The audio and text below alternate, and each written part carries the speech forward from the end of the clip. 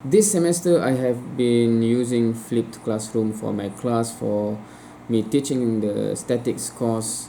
And if you are my student, you know this already, of course. And actually in the beginning of the semester, I posted some videos where I actually ponder upon whether I should go into flipped classroom. I wanted to go into flipped classroom, but I was pondering whether the students will accept it or not, right? And actually in that video, one of the student actually responded that she wanted to try for the flipped classroom, right? She responded positively, right? So cutting story short, we have been doing this for half of the semester, more than half of the semester. The midterm exam is already done. We have given back the exam papers to the students. The marks is in, and this video is basically the halfway through of the semester update for pondering whether the flipped classroom is helping or not, right? So the result is out. This is actually already week 10 out of 14 weeks, so it's not really at the middle of the semester anymore, but we are going to be talking about the midterm exam, right? So I'll be putting some of these figures on screen for you to see as I talk about those figures, right?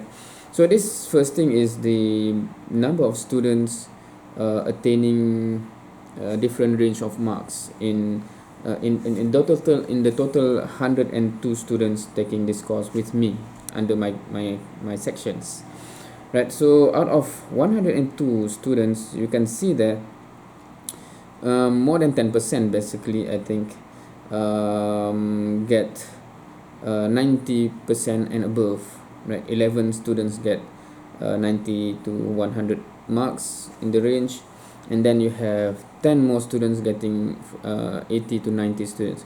And of course you can see a big range, a big number of students getting from 50 to 80, right? That's the peak there, right? And then below 50 it reduces to 10, and then below 40 it's 4, and then some student, I think, 111 in the lower range of the marks, right? So I'm not sure whether this trend is normal or not in other institute or university, but for this particular course, specifically statics, in this university, in this kuliah, this mark is quite remarkable, especially if you look at the 90% and above and 80% and above. At least for my section, the section that I have been teaching throughout these 4 years, this is quite remarkable. Very rarely that I see this kind of marks actually, right?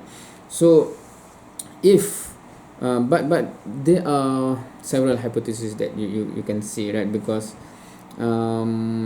basically I see this as a huge improvement as a whole, right? That's number one. However, it may be due to several different factors. Perhaps the particular section that I teach is better than the particular group of section that I have taught before, perhaps, right? Right now I'm going to put on the figures, or the plot or the graph, for because I teach two different sections, right? Two different sections basically. One section is in the morning class, one section in the afternoon class at different day, and just to see whether the trend is similar between the two sections, because previously in previous semesters I have noticed that sometimes one section is generally better than another section. Coincidentally, it becomes like that. So you looking at this, I'm posting the figure right now, the trend is quite okay. There's some differences, perhaps, if you see at the mark of 50 to 60, right? There's a big contrast between the two groups, but generally speaking,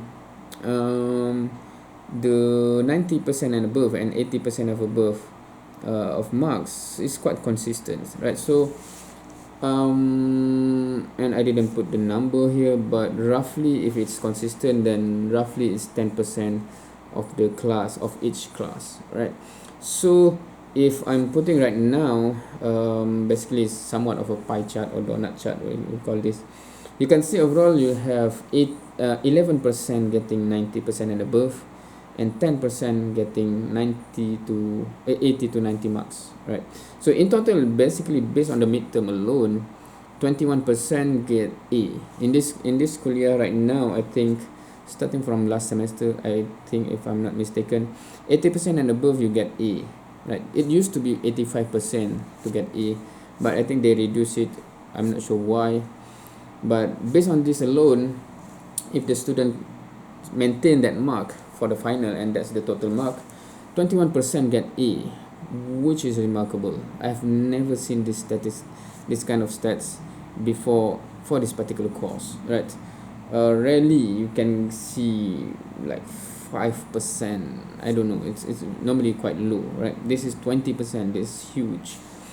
So getting back to flipped classroom, that is one of the big difference between this semester and last semester that I have implemented, and I think it plays a big role, as well as there are several other measures, right? I actually wanted to get or to capture how it is from the perspective of the students, right? I have put a survey links for them to answer some question for the half semesters evaluation. I haven't got the result yet, right? Only a few students actually have answered that survey. So I'll be posting on that one later, hopefully, if I get interesting result from the survey. But for this in particular right now, it seems that this student reacting, or how to say, the implementation of flipped classroom for my class, especially specifically, really have boosted the mark, and it actually shifted. If you see the marks for the student, is somewhat a bell curve, but it's not really a bell, because from 80 to 100 is plateaued like that, right? So it's almost like a bell there. But anyway, it's normal to have somewhat a bell curve, right? This is not modified and adjusted. This is exactly just whatever the marks is, and I just put the range, and this is the result, right? My principle from the beginning, I never alter the mark to fit any curve. I just let it happen, and it happened, right? In this case, right? So I think, because previously, if you have ever seen the type of graph I plotted, normally anyone who have seen the, what is it, I think early in the semester, I posted one video about myself, how I teach, etc., and I put some plot like that there, I think. So anyone who happened to see that one, it's all over the place, and many students struggle, right? So this is more of a natural phenomenon, I think. Hence, I think this way of teaching is better for the student, generally speaking. Some students might still struggle, they need more help, but I think several things. This is what I think is happening, right? One, as you know, right, for flipped classroom, they actually have to go through the lecture first before coming to class, and in the class it's mainly on solving problems and seek where they do not fully understand, and rectify it so that they understand the concept, and also how to actually apply the concept in solving problems, right? So that's number one. I was quite worried in the beginning, because maybe I do not trust students that much to actually go through the lecture before class, right? So I think most of the students are quite okay in that sense. I think when I ask, not every student actually have covered the lecture, but I think they go back and cover afterwards. That's not ideal, because ideally they already know the concept, and coming to the class is straight away problem solving. Partially also because sometimes they are more concerned about the quiz rather than the lecture on that day. So if they have a quiz of the previous topics, and we are going to be solving for a different topic onwards, right, they are more concerned about the quiz. So that's another thing that I have to figure out, what is the most ideal setup, right? But anyway, generally speaking, I think when we spend more time in problem solving and applying the understanding and concept, it helps the student more in the sense that I do think that's where they have more problem, especially in term of attempting solving problem solving questions outside of class hour, right? I'm not sure if they have the time for that. So when we do it inside of the class, it helps them a lot. I think that's one of the factor. But anyway, so this video is mainly just to update and see how it goes.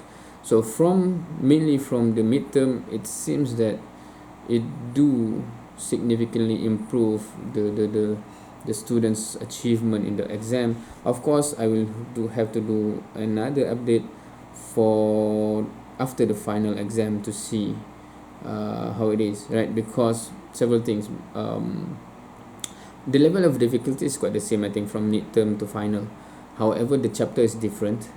Midterm only cover the basic chapters, and then after the midterm we have more advanced chapter involving some concept and some equations, etc. That can be challenging, can be more challenging to some student at least. So we will see for that one. I'm hoping for the best for the student, inshallah.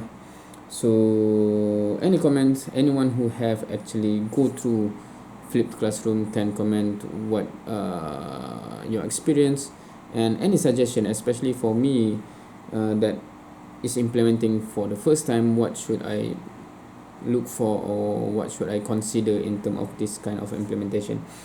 For those who actually have taught any course using flipped classroom version of teaching, any suggestion, anything that I should improve on, is any comment on that is very much welcomed. So yeah, I think that's it for today, or for this particular video on this topic. I'm hoping the trend will continue until the final exam. That would make me happy, I think, that I managed to improve somewhat the students' achievement overall. I have been experimenting with many things throughout this semesters, so this seems to be working. Another aspect that I didn't touch on this video is on how I did or implement the quiz in the class. Perhaps that will be for another video if anyone is interested. So thank you for watching, and have a productive weekend, or not weekend, have a productive week, month and year, inshallah. Assalamualaikum warahmatullahi wabarakatuh, and good greetings.